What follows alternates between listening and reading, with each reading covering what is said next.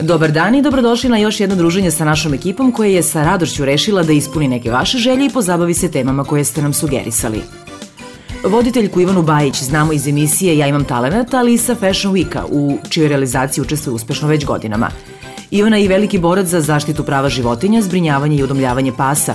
Organizovala i organizuje brojne akcije koje imaju za cilj podizanje svesti o promeni odnosa prema ovim nedužnim stvorenjima. Poslušajte njenu priču, više je nego plemenita i zaslužuje ogromno poštovanje. Imam Nikija, koji je verovatno već medijima poznat zato što ga možete vidjeti u brojnim kampanjama u borbi za zaštitu napuštenih pasa, pogotovo sad u zadnjoj kampanji koja je rađena Najbolji prijatelj sa gradom. A kod kuće imam i mačku, on se zove Damask. I oni predstavljaju jedan neskladan par sa kojim ja živim. Ali, pored toga, mislim, kada imate psa, a ti to dobro znaš, a i oni koji imaju psa, često ti se dešava da tog psa uvek od njega uzimaš da bi dao onima koji žive na ulici, tako da se često dešava u stanovima u kojima sam ja živela, u stvari dešavalo se da nije samo Niki tu, nego je tu još neka kuca koja, eto, pala je kiša pa je morala da dođe kod nas ili baš je bila gladna ili uvek postoji neko opravdanje koje daješ prvo roditeljima, onda daješ dečku, ja sad dajem mužu, zašto je neki drugi pas sa ulice eto u našem stanu i u našem krevetu i on nije čist ili možda ima neku bolest. To su klasična pitanja, evo ja baš mislim, gledajući sa čovekom s kojim ja živim sada, ti strahovi koji se pojavljaju kod ljudi su samo zato što u našoj sredini učestala pojava da izađu u naslovne strane novina ili da se neko javno oglasi kako je neki napušteni pas ili ti ulični pas ujeo čoveka, time mu preneo besnilo ili je taj pas imao neku penu ili izgleda dovoljno prljavo da ko zna kakve su mu bolesti prišli, a to uopšte ne može. Prvo, životinje se ne razboljevaju tako lako. Drugo, dosta naših pasa je čipovano i sterilisano u akciji koju je organizovao grad Beograd i treći, pas nije agresivno biće po svojoj prirodi, to je čoveko prijatelj, vaspitan je da čuva i da bori se za neku teritoriju koja pripada čoveku prvenstveno, tako da do agresivnih napada često dolazi ukoliko je pas bio isprovociran, ukoliko uzmemo na primjer da su ga deca maltretirali ispred neke škole ili su ga gađali nečim ili je više puta bio napadan od strane čoveka, zato vraća. Tako da jednim dugim razgovorom sa okolinom u kojoj živite ili sa decom koje vas okružuju možete da postignete rezultate edukacije da je pas po prirodi životinja koja je tu da bi ugodila čoveku. Mislim, možda to nije dobar i lep termin, ali to je jedna velika istina i ja imam sticam okolnosti rasnog psa, ali imala sam prilike da snimajući razne kampanje i za svoj brand Doggy Style i pomažući gradu u raznim akcijama da dođem u susret sa napuštenim psima i ti psi su jako voljni da slušaju ukoliko se postaviš kao autoritet ili ukoliko imaš stav da ti treba nešto da uradiš za njega. U suprotnom pas može da izražava strah ili bes, ali to je nemoguće da je sam od sebe uspeo da prouzrokuje. Uvek postoji neki uzrok za posledicu koja se dešava kod tih napuštenih pasa. Kako stoji stvar, uvek se nekako vratimo na to da je edukacija preko potrebna, da je u stvari i taj strah koji si spomenula zapravo negde dolazi iz toga što ljudi nisu dovoljno informisani. Sa druge strane, i sistemski smo negde dosta tanki, znači nešto se tu radi, neke kampanje su krenule, međutim i dalje, pored toga što imamo sad već jedan veći broj azila u Beogradu, i dalje imamo lutalice na ulici koje onda nekako ne moraju samo lutalice isprovocirati ljude koji nisu edukovani da rade raznorazne ružne stvari, na to ih provociraju ili im takvu sliku stvori u njihovoj glavi čak i neki vlasnički psi. Nije ovo jednostavan trenutak, iako su neke stvari počele da se dešavaju na pozitivno. Pa, mislim, treba će mnogo vremena dok i verovatno puno para da se promeni čitava situacija. Ono što grad za sada fenomenalno radi jeste što u brojnim ulazima zgrada postoje kesice koje vlasnici pasa mogu da ponesu sa sobom, jer su mnogi ljudi revoltirani situacijom da psi uništavaju ili na bilo neki način povređuju, znači trotoare i sredinu na kojoj se oni kreću i samim tim daju sebi za pravo da rade stvari kao što su imaju posipanje raznih vrsta otrova, čime ugrožavaju ne samo tog psa koji njima smeta, već i mnoge vlasničke pse, čime ugrožavaju u stvari i emotivno stanje drugih ljudi. Ali decu, ja stalno pitam kako neko ne razmišlja da neko dete može da dođe tuda da mu igračka upadne recimo u taj otrov, ili u Jagodini je skoro otrovan pas prošle zime gde je neko ubacio preko ograde otrovano meso psu koji se u tom trenutku igrao sa malim detetom.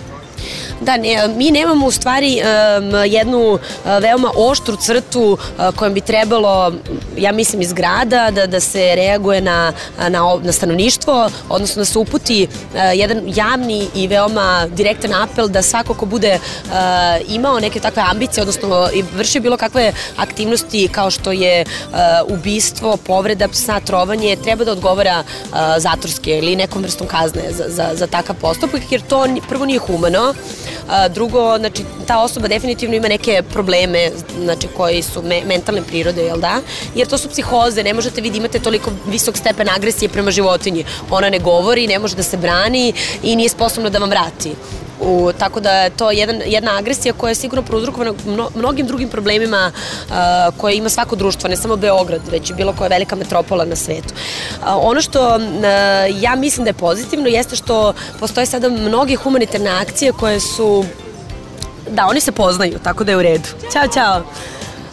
Dobre stvari, na primjer, kao što se sad dešava da se sretnu dve osobe i njihovi psi se znaju. Znači, druženje između vlasnika pasa i razmena iskustva i znanja o tome šta se desilo u toj ulici ili u tom društvu ili u tom gradu, u tom mestu, omogućavaju ljudima da imaju informacije gde su možda neke ugrožene zone za date pse, a druga važna stvar je što mi zajedno pokušavamo da stvorimo neki sistem da se pomažemo. Naprimjer, za moj brand Doggy Style mnoge javne ličnosti već evo drugu godinu za redom učestvuju u akciji da li će da kreiraju odeću ili aksesuare ili će da se pojavljaju i samo da se slikaju sa svojim apelom ne treba da ugrožamo životinju, da treba pomognemo lutalicama i na taj način samo malo više da se digne svest javnog mnjenja, da je to realan problem koji postoji i da mi svi zajedno moramo da se nosimo sa njima na neki način, kako ko može. Super je da prijavite osobu koja zlostavlja životinju u vašoj ulici. To je super stvar, to je odgovorno, humano i jako važno za zajednicu. Super je da izgradite vaše dete ukoliko počinje da pokazuje to agresivno ponašanje prenato iz društva i da mu objasnite da je to potpuno negativna stvar.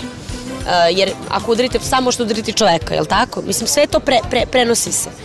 Ali postoje mnoge aktivnosti i ja sam jako ponosna što mnogo ljudi već me kontaktira i to iz vedra neba, znači zvoni mi telefon i neko kaže slušaj, ja sam ta i ta, ja mnogo volim pse, ako ti kad bude trebala pomoć, moja porodica ti stoji na raspolaganju ili moj studio ti stoji na raspolaganju ili moje vreme ti...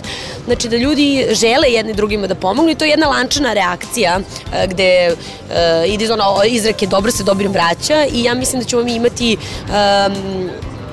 u budućnosti sve više mogućnosti da se dokazujemo međusobno, da smo spremni da uložimo puno energije i nebitno novca ili bilo čega što posjedujemo u razvoj te kampanje. Jer bez obzira koja organizacija se bavi zaštitom pasa, ja sam potpuno... Ja ne pripadam ni jednoj nevladinoj organizaciji ili vladinoj organizaciji koja se bavi edukacijom pasa. Sve mi je jedno da li se skupljaju pare za sterilizaciju ili za edukaciju, ali ima mnogo ljudi kojima stvarno je sve jedno čemu to služi. Važno je da je jedan cilj, a taj cilj je da se podigne nivo svesti na jedan visoki nivo. Naprimjer, ja sam prošle nedelje bila u Crnoj Gori. Znači, tamo je zabranjeno, postoji plažni red, po tom plažnom redu zabranjeno je da pas izlazi na plažu. Mislim, znači u 21. veku u svetu psi se voze metrojima i drugim prevoznim sredstvima, lete avionima, a u Crnoj Gori pas ne smije da iđe na plažu. To su velike oscilacije između nas, mislim Crna Gora je nama, to je naša zemlja, ja uopšte nemam te barijere i to, ali mi bi svi zajedno u tim bivšim jugoslovenskim zemljama trebali da reagujemo na isti način. Ali u Hrvatskoj postoje obeležene plaže za životinje, recimo, to je isto susedna zemlja, jel? U Hrvatskoj i Sloveniji takođe. Oni su malo više ispred nas, ali mislim nije da se ne dešava. Evo, sada je bila jedna nedelja restorana, jedan event koji je trajao 7 dana. U tom periodu, znači, grad je zajedno sa organizatorima uspeo da obeleži preko 50 javnih da su bili barovi, bašte, restorani, lokali, znači javnih mesta gde je dozvoljeno da pas uđe. Čak su oni dobili neke male nalepnice sa šapom, čime znate, da na prvu loptu znate gde pas može da uđe ili ne. Tako da nije da se ne dešava. Ja sam sa gradom, sa Vladom Terezinom prvenstveno počela da razgovaram na temu da se snimi jedan edukativni film. Mi smo počeli da skupljamo novac za to i ja sam jako srećna što će to raditi jedan naš poznati reditelj. Učestvuje već veliki broj poznatih ličnosti. To je jedan edukativni film koji se bazira na nekim maštovim, nekim lažnim pričama kako je neki napušteni pas mogao da dođe do doma, ali je dobro jer bi voljela da se pušta na festivalima. Mislim, mi moramo da komuniciramo sa ljudima na neki način koji je najmasovniji, a to je televizija i to su naše novine.